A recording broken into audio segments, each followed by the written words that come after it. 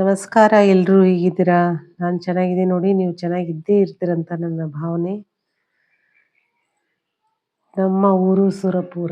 ಸುರಪುರದ ಹತ್ತಿರವಿರುವ ಇಲ್ಲಿಂದ ಅಂದರೆ ಒಂದು 20 ಕಿಲೋಮೀಟರ್ ಇರ್ಬೋದು. ಅಷ್ಟು ದೂರದಲ್ಲಿರುವ ಪವನ ಮಾರುತ ಅಂದರೆ ಆಂಜನೇಯ ಸ್ವಾಮಿಯ ನದಿಯ ದಡದಲ್ಲಿರುವ ಈ ದೇವಸ್ಥಾನವನ್ನು ನೀವು ಕೂಡ ದರ್ಶನ ಮಾಡ್ರಿ. ಒಳ್ಳೆ ಸ್ಥಳದಲ್ಲಿದೆ, ನದಿ ಎದುರುಗಡೆನೇ ದೇವಸ್ಥಾನ ಇದು. ದೇವಸ್ಥಾನದ ಸುತ್ತಲೂ ಪಡಸಾಲಿ ಇದೆಯಲ್ಲ, ಪಡಸಾಲಿ ತುಂಬ ಕಂಬಗಳು ನೋಡ್ರಿ. ಇಷ್ಟು ಸುಂದರವಾದ ಕಂಬಗಳು ಗುಡಿಯ ಸುತ್ತ ಇರುವ ಈ ಕಂಬಗಳನ್ನು ನೋಡೋಕ್ಕೆ ಮತ್ತೆ ಪ್ರಶಾಂತವಾದ ನದಿಯ ಎದುರುಗಡೆ ಇರೋದ್ರಿಂದ ಇನ್ನೂ ರಮಣೀಯವಾಗಿ ಕಾಣಿಸ್ತದೆ ಇದು. ಆಂಜನೇಯ ಸ್ವಾಮಿ ದೇವಸ್ಥಾನ ಪ್ರತಿ ವರ್ಷ ಎಳ್ಳಮಾವಾಸ್ಯೆ ಟೈಮಲ್ಲಿ ಇಲ್ಲಿ ಎಲ್ಲ ಕಡೆಯಿಂದ ಜಾತ್ರೆ ಥರನೇ ಇಲ್ಲಿ ಆಗುತ್ತೆ. ಅಂದರೆ ಎಳ್ಳಮಾವಾಸ್ಯೆಗೆ ಇಲ್ಲಿ ಶೆಳ್ಳಿಗೆ ಅಂತ ನದಿ ಇದೆಯಲ್ಲ, ಕೃಷ್ಣಾ ನದಿ ಇದೆ. ಕೃಷ್ಣಾ ನದಿಗೆ ಎಲ್ಲರೂ ಬರ್ತಾರೆ ಇಲ್ಲಿ ಬಂದು ದೇವಿಯ ಈ ಕೊಡಗಳನ್ನು ಬಂದು ತುಂಬ್ಕೊಂಡು ಹೋಗ್ತಾರೆ. ಎಲ್ಲ ಊರಿನ ಜನರು ಬರ್ತಾರೆ ಇಲ್ಲಿ. ಸುರಪುರದ ಸುತ್ತಮುತ್ತಲಿರೋರು ಎಲ್ಲರೂ ಬಂದು ಇಲ್ಲಿ ನದಿಗೆ ಬಂದು ಇವರು ದರ್ಶನ ಮಾಡಿಕೊಂಡು ನೀರು ತುಂಬಿ ಇಲ್ಲಿ ದೇವಸ್ಥಾನದಲ್ಲೇ ಇಡ್ತಾರೆ. ಇಟ್ಟು ಸಾಯಂಕಾಲ ಟೈಮಲ್ಲಿ ಅವ್ರವ್ರ ಊರಿಗೆ ಹೋಗ್ತಾರೆ. ಅಷ್ಟೊಂದು ಭರ್ಜರಿಯಾಗಿ ಪೂಜೆ ನಡೆಯುವ ಮತ್ತು ಅನೇಕ ಪವಾಡಗಳು ನಡೆಯುವ ಈ ಜಾಗ ಪವನ ಮಾರುತ ಶ್ರೀ ಆಂಜನೇಯ ಸ್ವಾಮಿಯ ದರ್ಶನ ಮಾಡ್ರಿ.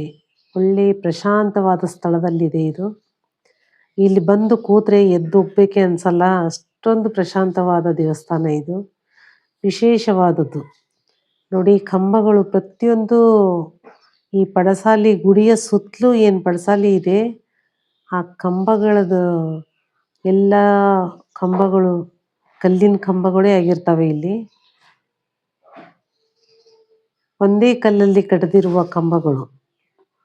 ಇದೊಂದು ವಿಶೇಷವಾದ ಗುಡಿ ಅಂತಾನೆ ಹೇಳಬೇಕು ನೋಡಿ. ಅಲ್ಲಿ ತಂಪಾದ ವಾತಾವರಣ, ಬಹಳ ಸುಂದರವಾಗಿದೆ. ಬಂದು ಸ್ವಲ್ಪ ಹೊತ್ತು ಕೂತ್ಕೊಂಡು ಹೋಗ್ಬೋದು.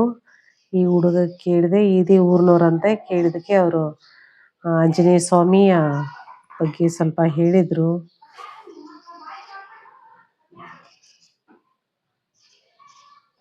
ನೋಡಿ, ಇಷ್ಟೊಂದು ಪ್ರಶಾಂತವಾದ ದೇವಸ್ಥಾನ ಇದು.